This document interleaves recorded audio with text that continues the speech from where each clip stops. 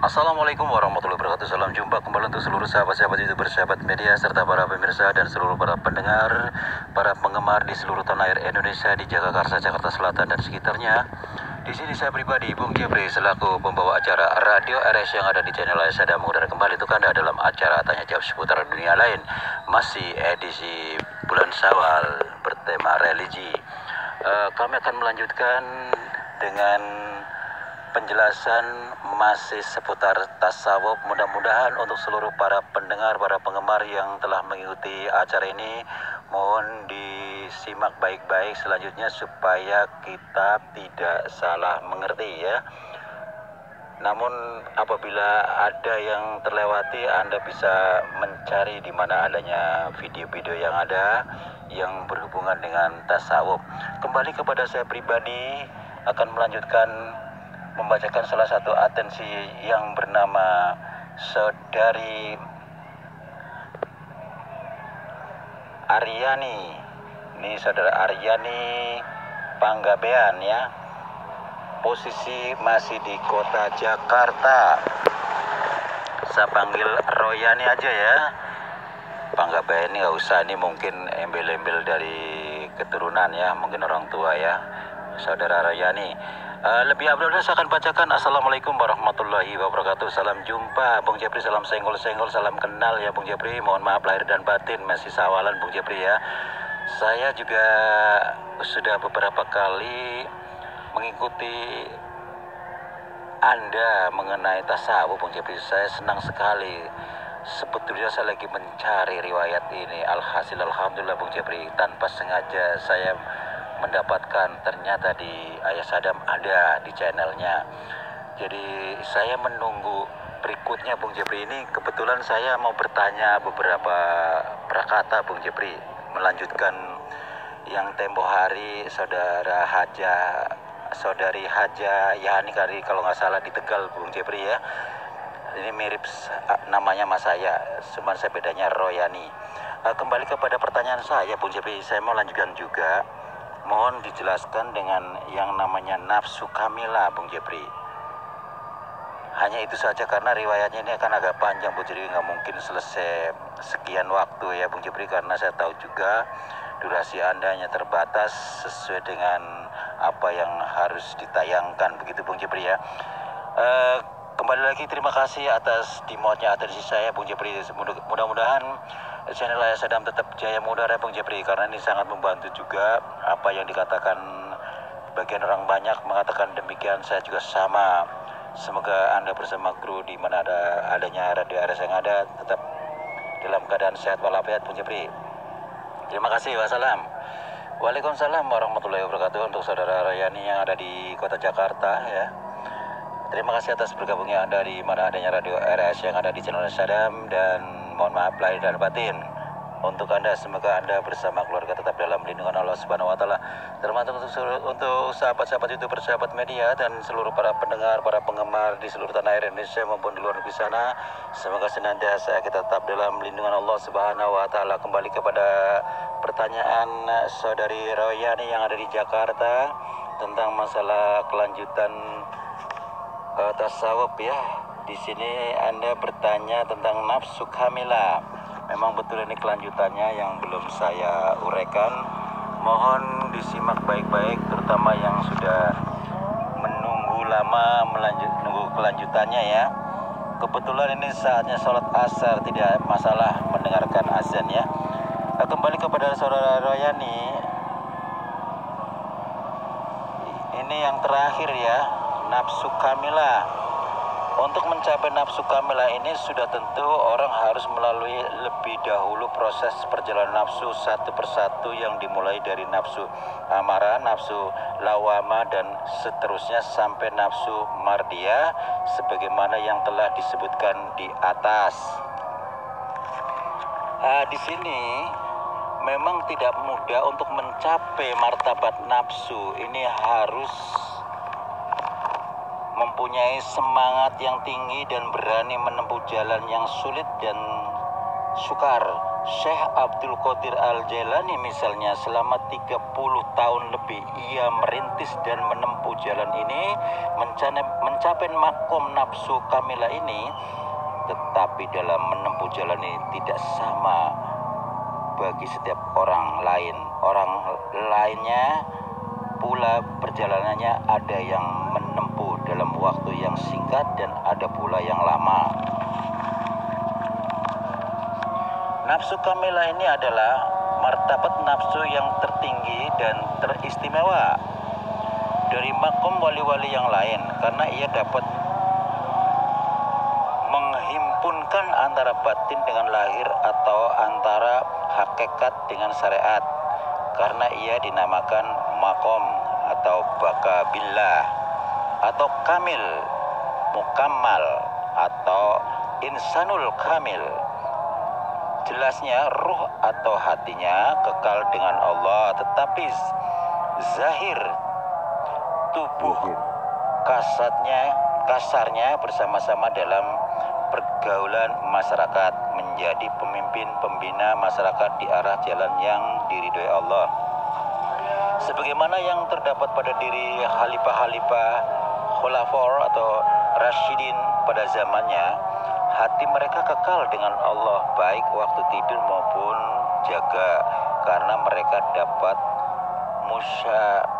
musyahadah dengan Allah dalam setiap waktu.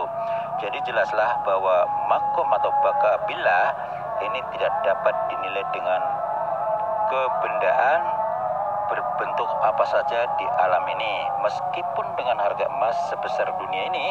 Oleh karena itu ia merupakan makom hawasul atau hawas, maka segala gerak-gerik dan perilaku mereka makom ini adalah ibadah semata-mata.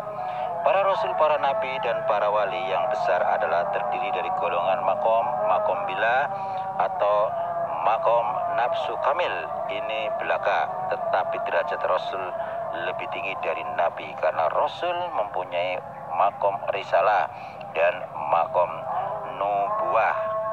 Dari penjelasan-penjelasan tersebut dapat diambil kesimpulan suatu kaidah sufiyah, yaitu setiap rasul adalah nabi, setiap nabi adalah wali, dan setiap wali adalah orang sufi.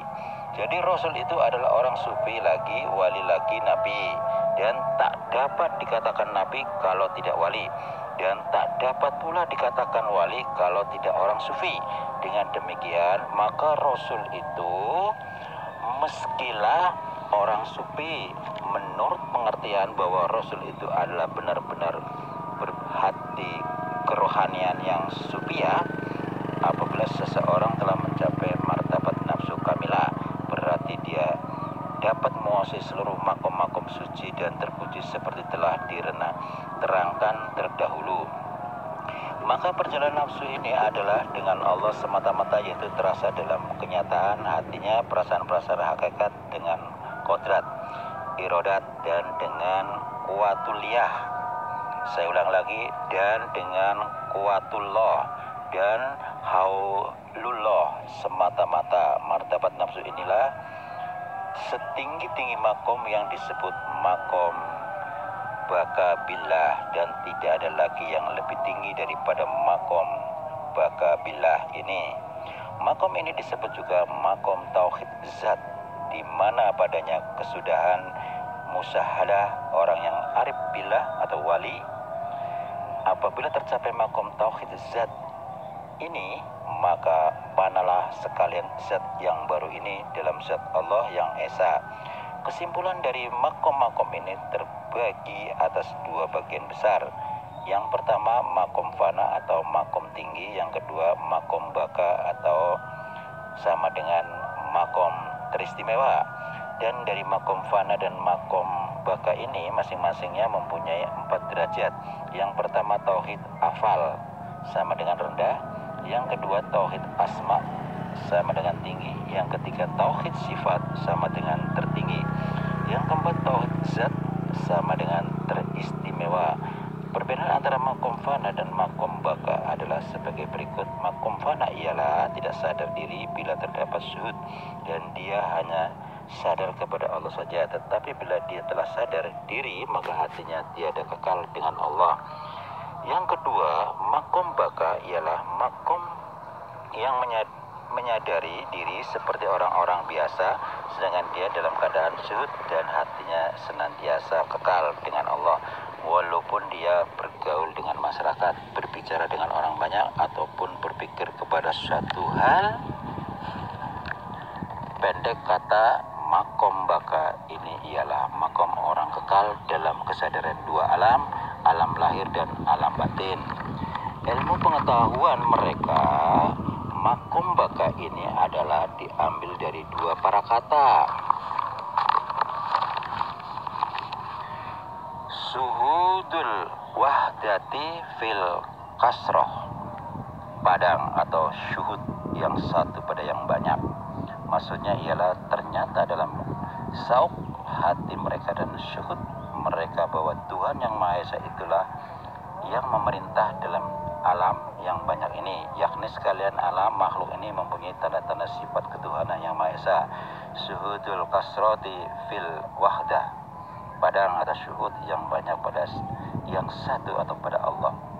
Maksudnya ialah ternyata dalam sauk hati mereka, syuhud mereka bahwa sekalian alam yang banyak ini dalam perintah Allah Tuhan yang Maha Esa jua. Zikir mereka makom ini tetap hidup memancarkan sinarnya dalam rahasia kafi, yaitu syir yang tersembunyi dalam batin akhfa, yakni batin terakhir sekali. Bagi mereka yang menguasai makom baka ini jelas akan timbullah sifat-sifat budi pekerti yang tinggi dan teristimewa, yaitu segala sifat-sifat yang mulia dan terpuji seperti yang terdapat dalam semua martabat nafsu yang baik-baik, sehingga jadilah perangai mereka seperti perangai para nabi dan rasul. Karena itu mereka telah mencapai martabat nafsu kamilah ini, diberi gelar wali Allah yang kamil mukamal, dan hawas dalam hawasul hawas itulah dia insanul kamil, manusia sempurna dan mulia di sisi Allah. Mengenal diri pribadi, sabda Nabi Muhammad SAW mengatakan, man arafa nafsahu faqad arafa rabbah. Barang siapa yang mengenal diri pribadinya, maka ia akan mengenal Tuhannya. Demikianlah saudaraku yang ada di Nuryani ya, yang ada di kota Jakarta. Mudah-mudahan Anda puas atas pencerahan dan solusi dari saya. Insya Allah kita akan melanjutkan kembali ya, karena ini acaranya masih berlanjut.